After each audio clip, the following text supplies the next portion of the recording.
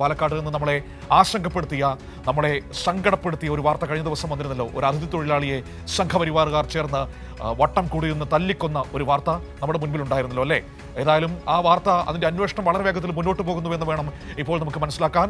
ഏതായാലും സംഘപരിവാർ പ്രവർത്തകർ അതിഥി തൊഴിലാളിയെ മർദ്ദിച്ച് കൊലപ്പെടുത്തിയ കേസിൽ പ്രതികളെ പോലീസ് കസ്റ്റഡിയിൽ വാങ്ങും. റിമാൻഡിലുള്ള 5 പ്രതികളെയും കസ്റ്റഡിയിൽ വാങ്ങി ചോദ്യം ചെയ്യാനാണ് SIT നീക്കം. കസ്റ്റഡി അപേക്ഷ അന്വേഷണ സംഘം നാളെ സമർപ്പിക്കും. വിവരങ്ങളുമായി സച്ചിൻ ചേരുകയാണ് പാലക്കാട് നിന്ന്. സച്ചിൻ, ഈ കേസിൽ അന്വേഷണം എങ്ങനെയാണ് മുന്നോട്ട് പോകുന്നത്? 5 പേർ നിലവിൽ അറസ്റ്റിലായിട്ടുണ്ട്. അവർ 4 പേരും സംഘപരിവാർ RSS BJP പ്രവർത്തകരാണ്. ഇതിൽ 15ഓളം പേരുണ്ട് എന്നാണ് പ്രാഥമികമായി നമുക്കറിയാൻ കഴിയുന്നത്. സ്വാഭാവികമായും എല്ലാവരും, ഭൂരിഭാഗം ആളുകളും സംഘപരിവാറുമായി ചേർന്ന് നിൽക്കുന്നവരാണ് എന്ന് തന്നെയാണ് ഇപ്പോൾ നമുക്കറിയാൻ കഴിയുന്ന വിവരം. ഏതായാലും കസ്റ്റഡിയിൽ വാങ്ങി ചോദ്യം ചെയ്ത് കൂടുതൽ ആളുകളിലേക്ക് എത്താനുള്ള നീക്കമാണോ ഇപ്പോൾ അന്വേഷണ സംഘം നടത്തുന്നത്?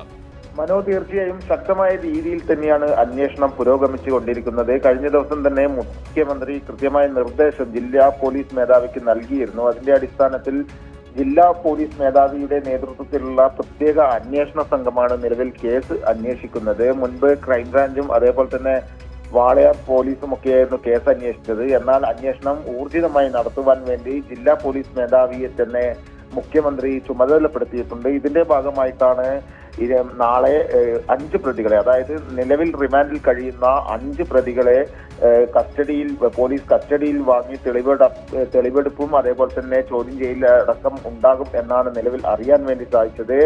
അറസ്റ്റിലായവരിൽ 4 പേരും BJPയുടെയും RSSന്റെയും പ്രവർത്തകരാണ്. സജീവമായ പ്രവർത്തകർ തന്നെയാണ് 4 പേരും എന്നതാണ് ഏറെ ഞെട്ടിപ്പിക്കുന്നത്. ഈ 4 പേർക്കും നിലവിൽ നിരവധി ക്രിമിനൽ കേസുകൾ ഉണ്ട് എന്നതും കേരള സമൂഹത്തെ ഏറെ ഞെട്ടിപ്പിക്കുന്നുണ്ട്. കാരണം DYFI പ്രവർത്തകരെയും അതേപോലെ തന്നെ CIT പ്രവർത്തകനെ എല്ലാം വെട്ടിക്കൊല്ല ശ്രമിച്ച കേസിലെ വധശ്രമ കേസ് ഉൾപ്പെടെയുള്ള അടക്കമുള്ളവരാണ് ഈ വാളയാറിലെ ഛത്തീസ്ഗഡ് സ്വദേശിയായിട്ടുള്ള രാംനാരായണനെ അതിക്രൂരമായി മർദ്ദിച്ച് കൊലപ്പെടുത്തിയത്. അതിനാൽ തന്നെ നിലവിൽ ഈ കേസുമായി ബന്ധപ്പെട്ടുകൊണ്ട് 5 പേരെയാണ് അറസ്റ്റ് ചെയ്ത് റിമാൻഡിൽ കഴിയുന്നത്. ഇത് കൂടാതെ തന്നെ നിരവധി പേർക്കായുള്ള അന്വേഷണവും നടക്കുന്നുണ്ട്. കാരണം ഇവിടെ വളരെ പ്രധാനപ്പെട്ട കാര്യം ഇത് സച്ചിൻ, ഇവിടെ നീ ബംഗ്ലാദേശുകാരനാണോ എന്ന് ചോദിച്ചുകൊണ്ടാണ് ആ പാവം പിടിച്ച മനുഷ്യരെ ഈ സംഘപരിവാറിന്റെ ആളുകൾ തല്ലിക്കൊലപ്പെടുത്തിയത്. നമ്മൾ മനസ്സിലാക്കേണ്ട ഒരു കാര്യമുണ്ട്, ഇതിൽ ഒരുപാട് പേർക്ക് ഉത്തരവാദിത്വമുണ്ട്. ഒന്ന്, ഈ നോർത്ത് ഇന്ത്യയിൽ നിന്ന് വരുന്ന മനുഷ്യരൊക്കെ ബംഗ്ലാദേശുകാരാണ്, അനധികൃത ബംഗ്ലാദേശി കുടിയേറ്റക്കാരാണ് എന്നൊരു നരേറ്റീവ് സൃഷ്ടിക്കാൻ സംഘപരിവാറുകാർക്ക് വളരെ എളുപ്പം കഴിഞ്ഞിട്ടുണ്ട്. അവരുടെ വാട്സപ്പ് യൂണിവേഴ്സിറ്റികളിൽ ഇങ്ങനെ പറക്കുന്നുണ്ട്. പല മഞ്ഞ ഓൺലൈനുകളുണ്ടല്ലോ ഇതിനെയൊക്കെ കൂട്ടു നിൽക്കുന്നത്, അവരും അത്തരത്തിലുള്ള വാർത്തകൾ ഒരുപാട് നൽകിയിട്ടുണ്ട്.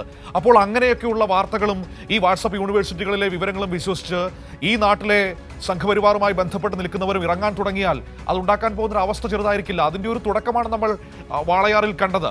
ഇത് ഏറ്റവും ഗൗരവത്തോടെ കാണേണ്ട ഒരു വിഷയമാണ്. പോലീസ് ആ രീതിയിൽ തന്നെ അതിന്റെ പ്രാധാന്യത്തിലൂടെ തന്നെയാണോ ഈ കേസ് മുന്നോട്ട് കൊണ്ടുപോകുന്നത്?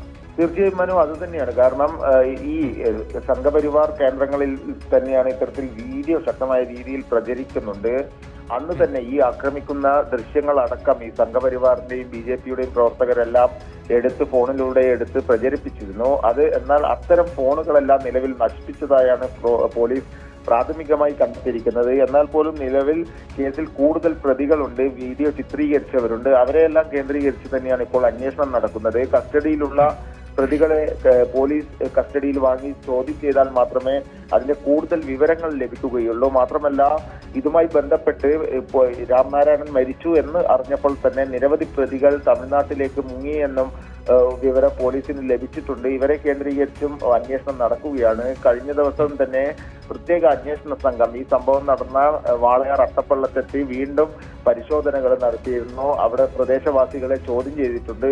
അതിൽ നിന്നും നിർണായകമായ ചില വിവരങ്ങൾ ലഭിച്ചിട്ടുണ്ട് എന്ന് തന്നെയാണ് അറിയാൻ വേണ്ടി സാധിച്ചത്.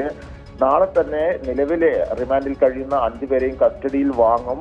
തമിഴ്നാട്ടിലും കൃത്യമായ രീതിയിൽ ഈ പ്രതികളെ കൂടുതൽ പ്രതികൾ ഉണ്ട് എന്ന് തന്നെയാണ് പ്രാഥമികമായി ലഭിച്ച വിവരം. അതിനാൽ തന്നെ തമിഴ്നാട് കേന്ദ്രീകരിച്ചും കൂടുതൽ അന്വേഷണ സംഘം പ്രതികൾക്കായി തിരച്ചിൽ നടത്തുന്നുണ്ട്. കൂടാതെ നേരത്തെ മനു പറഞ്ഞതുപോലെ തന്നെ അതിക്രൂരമായ മർദ്ദനമാണ് ഈ രാംനാരായണന് നേരെ RSSന്റെയും BJPയുടെയും പ്രവർത്തകരുടെ ഭാഗത്തു നിന്നും ഉണ്ടായിട്ടുള്ളത്. ബംഗ്ലാദേശിയാണോ എന്ന് ചോദിച്ചുകൊണ്ട് അതിക്രൂരമായി മർദ്ദിക്കുന്നു. വർഗീയ വിദ്വേഷം വെച്ചുകൊണ്ടുള്ള ഒരു മർദ്ദനം തീർച്ചയായും അതിൽ തന്നെയാണ്. അറസ്റ്റിലായവർ സച്ചിൻ പറഞ്ഞത് വളരെ കറക്റ്റാണ്. ആ രീതിയിൽ വലിയ മർദ്ദനമാണ് ഏൽക്കേണ്ടി വന്നത്.